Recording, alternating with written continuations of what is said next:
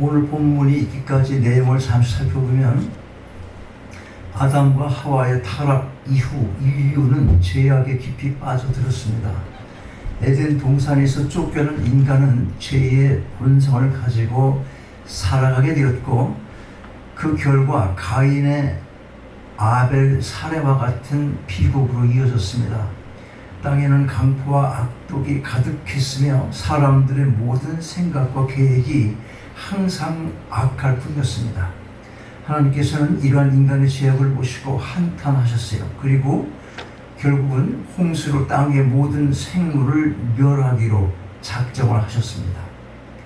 그러나 의인 노아는 하나님의 은혜를 입어 가족과 함께 방주에 들어가 구원을 받았습니다. 이것이 바로 노아 홍수 심판입니다. 홍수 이후, 홍수 심판이 끝나고 홍수 이후 하나님은 다시는 물로 세상을 심판하지 않겠다는 무지개 언약을 맺으셨습니다. 그러나 홍수 위에도 인간의 죄악은 계속되었습니다. 사람들은 하나님을 의지하기보다 자신들의 힘과 지혜를 과시하며 바벨탑을 쌓기 시작했습니다. 이렇게 쌓아 올린 바벨탑은 흩어지지 않고 한 곳에 모여서 자신들의 이름을 내고 하늘에 닿으려 했던 인간의 교만과 오만의 상징이었습니다. 하나님은 이러한 인간의 행동을 보시고 그들의 언어를 혼잡하게 하여 사람들이 서로 알아듣지 못하게 하셨고, 결국 사람들은 온 땅으로 흩어지게 되었습니다. 이것은 인간의 악함으로 인한 흩어짐의 심판이었습니다. 자, 이제 바벨탑 사건 이후 온 땅으로 흩어진 혼란 속에서 하나님께서는 한 사람, 바로 아브라함을 부르시고 그를 통해 위대한 구원의 역사를 시작하셨습니다. 죄를 자꾸 짓는데 이걸 그냥 싹 쓸어버리고 없애버리고 그렇게 하신 게 아니라 다시 하나님의 나라를 다시 시작하겠다. 그래서 부른 사람이, 바로 불려진 사람이 누구냐면 아브라함인 거예요. 자, 우리는 여기서부터가 중요해요. 창세기 11장까지는 논란이 많아. 그것이 과학적인 것이냐? 정말 그랬던 것이냐? 하루, 둘째, 셋째 쭉 나가면서 그렇게 창조하셨겠냐? 아니면 하루가 몇천 년이 아니겠어? 긴 시간이겠지. 그리고 진화되면서 그렇게 오랜 세월을 그렇게 해서 온 우주가 만들어진 게 아닐까? 지금도 다투고 있어. 우리는 그게 중요한 게 아니잖아. 과학으로, 지금의 우리의 머리에 담은 과학적인 지식으로 그 11장까지의 내용을 읽으면 이해할 수 있는 게 없어요, 여러분. 아무것도 없습니다. 이해가 잘 되지 않아요. 믿음으로 우리가 받아야 되는 거. 왜 그런가? 왜 그 말씀을 주셨는가? 그 신앙적인 원리와 하나님 주시는 메시지를 우리가 받아낼 수 있어야 되는 것입니다. 자, 그러면 우리가 얻어야 할 교훈 무엇이겠습니까? 첫째로, 보이지 않는 하나님의 손길을 신뢰해야 합니다. 바벨탑 사건 이후 하나님께서는 인류의 죄악에도 불구하고 한 사람을 통해 새로운 언약을 시작하십니다. 언약을 맺어주신 거예요. 1절 말씀 보니까 여호와께서 아브라함에게 이르시되 너는 너의 본토 친척 아비집을 떠나 내가 네게 보여줄 땅으로 가라, 이렇게 명령을 하십니다. 당시의 사회는 가족과 친척을 중심으로 한 공동체 생활이 전부였습니다. 그런 상황 속에서 본토 친척 아비집을 떠난다는 것은 모든 안정과 익숙함을 버리고 미지의 세계로 나아가려는 그런 의미였던 것입니다. 지금 앉은 자리에서 그대로 있지 말고 일어서 내가 너에게 지시할 땅으로 가. 그냥 떠나라고만 말한 게 아니에요. 말씀하신 게 아닙니다. 내가 너에게 지시할 땅으로 가라. 그런데 여러분, 여기서 우리가 기억할 것은 하나님께서 아브라함에게 고향을 떠나라고 하신 명령은 단순히 그냥 살던 곳을 옮기라는 물리적인 그런 이동, 물리적인 떠남이 아니라는 사실인 것입니다. 여러분, 한국에서 미국으로 왔잖아. 이 떠남이라는 건 단순히 물리적인 그런 초소만 바뀌는, 삶의 터전만 바뀌는 그런 이야기가 아닌 거예요. 자, 무슨 얘기냐면 이 당시 아브라함이 살던 갈대아 우르는 우상 숭배가 성행했던 곳이었어요. 우상 숭배가. 아브라함의 아버지 데라도 우상을 만들어 파는 일을 했어요. 그러므로 아브라함에게 고향을 떠나라는 그 의미는 우리가 조국에 내가 자라온 고향을 떠난 것 같은 그런 떠남이 아니라, 물리적인 그런 이사를 온 거주지를 옮긴 그런 떠남이 아니라 모든 제약된 삶의 길을 버리고 떠나라는 의미인 것입니다.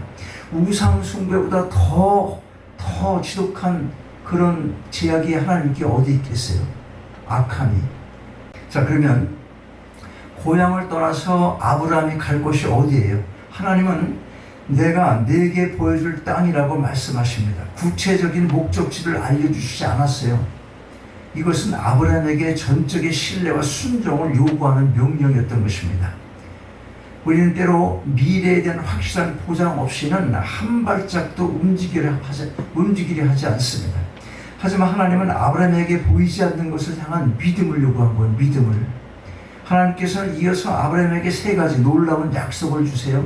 그것이 2절과 3절입니다. 내가 너로 큰 민족을 이루고 네게 복을 주어 네 이름을 창대하게 하리니 너는 복이 될지라. 너를 축복하는 자에게는 내가 복을 내리고 너를 저주하는 자에게는 내가 저주하리니 땅의 모든 족속이 너로 말미암아 복을 얻을 것이라. 요 본문만 가지고도 한참 많은 말을 해야 돼. 여러분, 복의 근원이 되고 싶지 않아요? 복의 근원. 하나님의 복의 근원이지만 그 하나님의 복을 받아서 여기 보니까 너를 축복하는 자에게 복을 주겠대. 그럼 내가 근원이 되잖아. 우리가 빛된 삶이라는 건 뭐예요? 빛된 삶을 살아라.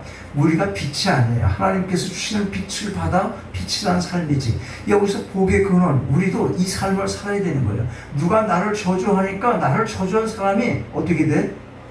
그 사람이 복을 못 받고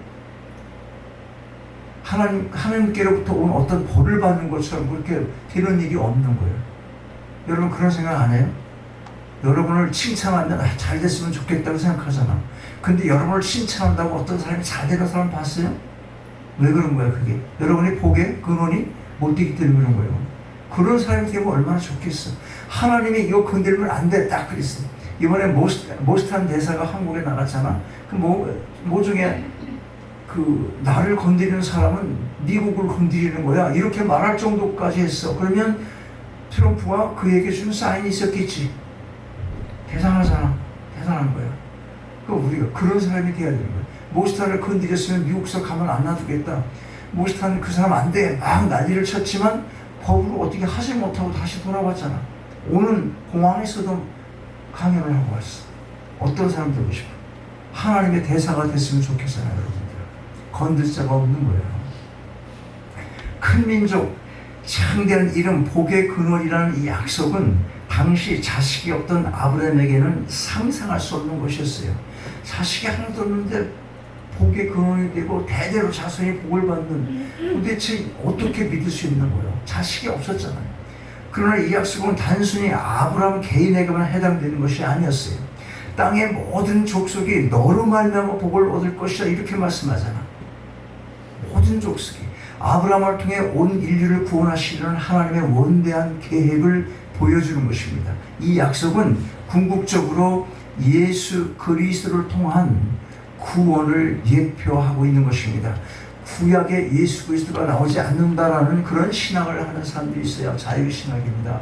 예수 그리스도, 지금 유대인들이 구약에는 예수 그리스도가 안 나오잖아요. 안 나오잖아. 이렇게 생각하고 아직도 메시아를 기다리는 거예요. 그런데 이미 예수 그리스도가 누구이신지를 아브라함을 통해서 그 예표를 보여주고 있는 거예요. 그래서 구약과 신약을 같이 읽으면서 우리가 하나님에 대한 알아감이 필요하다는 거예요. 구약은 오실 예수를 바라보고 사는 거예요. 오실 예수를 바라보고. 이게 무슨 말이냐면 예수님 자체가 보이지 않아도 하나님께 순종한 사람은 그게 결과적으로 어디로 가는 거예요? 예수 그리스도 십자가로 가는 삶이었던 거예요. 그래서 율법이 주어지고 순종을 요구했던 것이에요. 그리고 우리는 지금 무엇을 바라보고 삽니까? 예수 그리스도의 이 땅에 오심을 바라보는 거예요. 오심을. 그러니까 구약이나 신약이나 다 누가 주인이야? 누가? 예수. 성경을 다 요약해서 한마디로 얘기하면 예수 그리스도. 예수 그리스도 없이 성경을 읽으면 다 그냥 읽는 거예요. 여러분 창세기를 읽든 출애굽을 읽든 레위기를 읽든 거기 예수 그리스도가 포함되어 있는 거예요. 쭉 흘러가고 있는 거예요. 하나님의 구속사적인 그런 역사관을 가지고 성경을 읽어야 하는 것입니다. 자, 보이지 않는 손이라는 말이 있어요. 보이지 않는 손. 경제학자 아담 스미스가 시장의 자율성을 설명할 때 사용한 표현입니다. 어떤 면에서는 우리 삶 속에서 하나님의 섭리를 설명하는 비유가 될 수 있습니다. 19세기 영국의 선교사 리빙스턴이 아프리카 선교를 떠날 때 그는 미지의 땅, 정말 가보지도 않은 그런 땅에서 미지의 땅으로 나아가는 것이었습니다. 아프리카에는 질병과 위험이 도사리고 있었고 그의 여정은 결코 순탄치 않았습니다. 하지만 그는 하나님의 부르심이라는 보이지 않는 손을 믿고 자신의 모든 것을 내려놓고 나아갔습니다. 리빙스턴이 떠날 때 아무도 그가 아프리카의 지도를 바꾸고 복음의 씨앗을 뿌릴 것이라고 예상하지 못했습니다.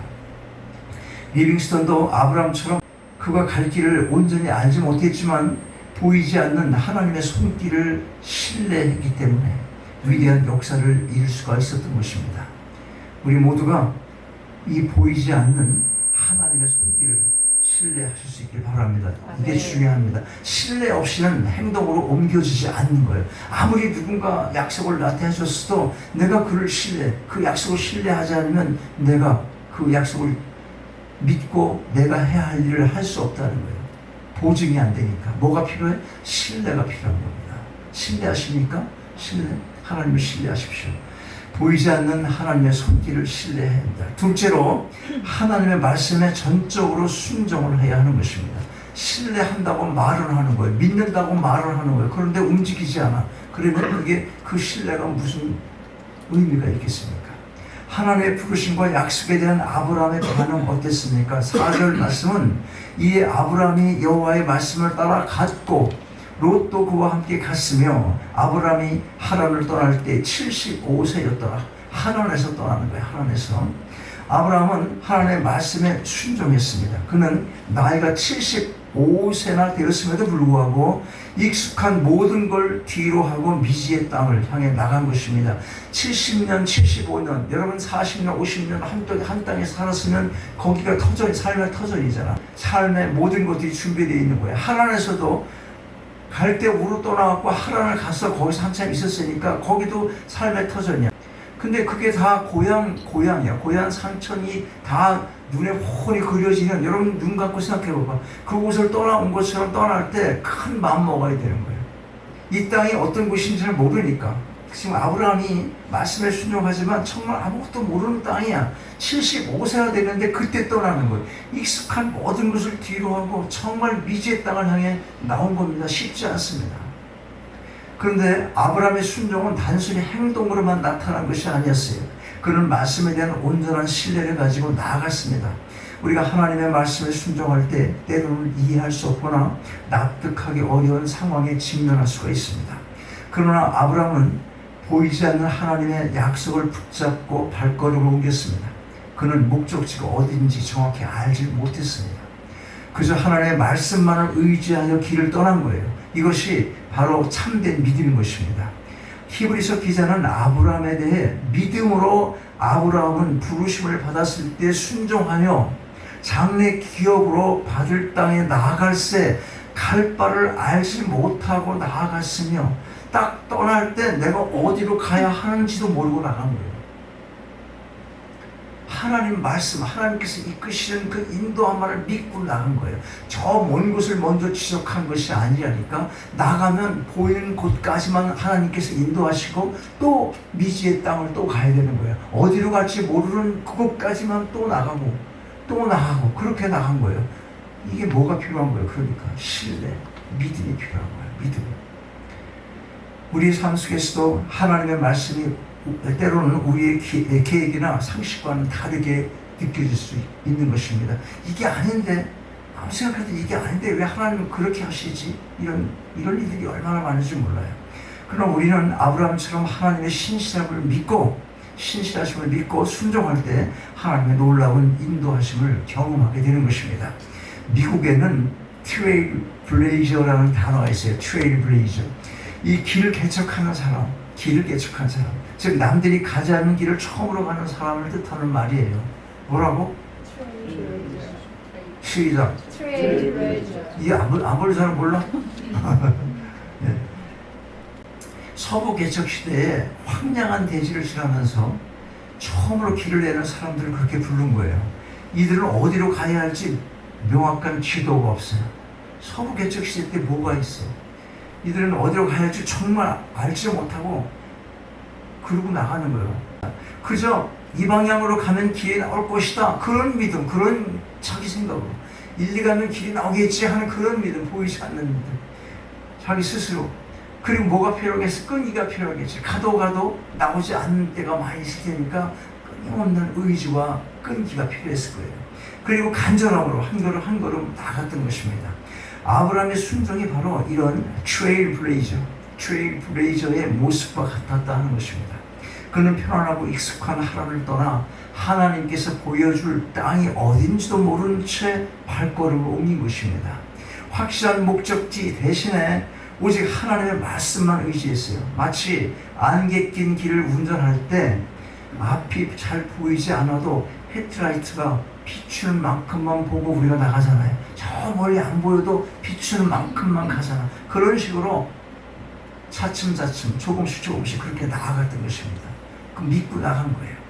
우리가 하나님의 말씀을 신뢰하고 온전히 순종할 때 하나님 우리에게 필요한 만큼의 빛을 비춰주시고 결국에는 놀라운 길을 열어주시는 것입니다. 말씀에 전적으로 순종하심으로 새 인생의 길을 걸어가게 되시길 바랍니다. 실제로 예배의 삶을 살아가야 합니다. 가나안 땅에 도착한 아브라함은 하나님께서 약속하신 땅을 직접 눈으로 보게 됩니다. 6절에서 8절 말씀은 아브라함이 가나안 땅에 도착하여 세겜 땅 모래 상수리 나무에 이르렀을 때 하나님께서 다시 나타나 내가 이 땅을 네 자손에게 주리라 그렇게 약속을 해주십니다. 그리고 아브라함은 그 약속의 땅에서 하나님께 제단을 쌓고 여호와의 이름을 불렀습니다. 여러분, 제단을 쌓는 행위는 단순히 돌을 쌓는 것이 아니었어요. 그것은 하나님과의 관계를 기념하고 하나님의 주권을 인정하며 감사를 표현하는 신앙의 고백이었습니다. 아브라함은 가는 곳마다 제단을 쌓고 하나님의 이름을 불렀습니다. 이것은 그가 자신의 삶의 중심에 하나님을 모시고 살았음을 보여주는 것입니다. 광야 같은 세상 속에서 우리가 흔들리지 않고 살아가기 위해서는 예배를 통해 하나님과의 관계를 견고히 하는 것보다 더 중요한 것은 없습니다. 여러분, 우리의 삶은 예배의 연속이 되어야 합니다. 가정에서, 직장에서, 학교에서, 우리의 모든 삶의 자리에서 하나님을 기억하고 하나님의 이름을 부르며 그분께 감사하고 찬양하는 삶을 살아야 할 것입니다. 아브라함의 제단을 쌓았던 것처럼 우리도 우리의 삶의 모든 순간을 하나님께 드리는 영적 예배로 만들어야 하는 것입니다. 시애틀에는 스페이스 릴이라는 상징적인 탑이 있습니다. 내가 한 10년 정도 그 시애틀에 살았는데 내가 스페이스 릴 탑을 가봤었나? 한번 가봤어요. 여기 뉴욕은 뭐가 상징이에요? 자유예요. 네? 난 요새 잘 모르겠어. 옛날에는 뭐였어? 엠파이어 스테이트 빌딩이 그랬는데 지금 바뀌었지. 어쨌든 그런 상징적인 탑들이 있어요. 이 시애틀에 있는 이 건물은 시애틀의 아름다운 스카이라인을 형성하는 도시를 방문하는 사람들에게 아주 강력한 인상을 남겨요. 스페이스 릴이 이 시애틀의 상징인 것처럼 아브라함이 가는 곳마다 쌓았던 제단은 그의 삶의 상징이었어요. 그는 정착할 곳이 없이 떠도는 나그네였지만 그가 머무는 곳마다 하나님께 예배하는 제단을 쌓았던 것입니다. 이는 무엇보다도 하나님과의 관계를 소중히 여겼음을 보여주고 있는 것입니다. 마치 건물의 기초가 튼튼해야 건물이 견고하게 설 수 있듯이 우리 삶의 기초는 바로 예배가 되어야 하는 것입니다. 아무리 세상의 풍파가 몰아쳐도 예배를 통해 하나님과의 관계를 굳건히 할 때 우리는 흔들리지 않고 믿음 안에서 설 수 있게 되는 것입니다. 자, 정리합니다. 여러분, 아브라함은 하나님의 보이지 않는 손길을 신뢰하고 명령에 순종하여 모든 것을 떠났고 하나님의 약속을 믿음으로 붙잡았습니다. 그리고 가는 곳마다 하나님께 예배하며 그분의 이름을 높였습니다. 여러분 모두의 삶의 각 영역이 하나님께 드리는 제단이 되어서 언제 어디서든지 하나님의 이름을 부르고 찬양하는 예배자의 삶을 살아가시기 바랍니다. 그리하여 하나님께서 여러분을 통하여 이루어 가시는 놀라운 새 역사를 경험하게 되시기를 주님의 이름으로 축원합니다. 아버지 하나님, 인간의 악함으로 한탄하시며 심판을 하셨지만 아브라함을 통해 새 역사를 이루어 가시는 놀라운 은혜를 다시금 깨닫습니다. 보이지 않는 하나님의 손길을 신뢰하게 하시고 말씀에 온전히 순종하게 하셔서 걸어가는 인생의 발길이 머무는 곳마다 예배의 삶을 살아가게 하옵소서. 그리하여 아브라함을 통하여 하나님의 뜻을 이루어 가신 것처럼 저희들 모두의 순종의 삶을 통하여 이 시대에 이루어 가시는 하나님의 새로운 역사를 경험하게 하옵소서. 주 예수 그리스도 이름으로 기도하옵나이다. 아멘. 일어나셔서 함께 승리하시겠습니다.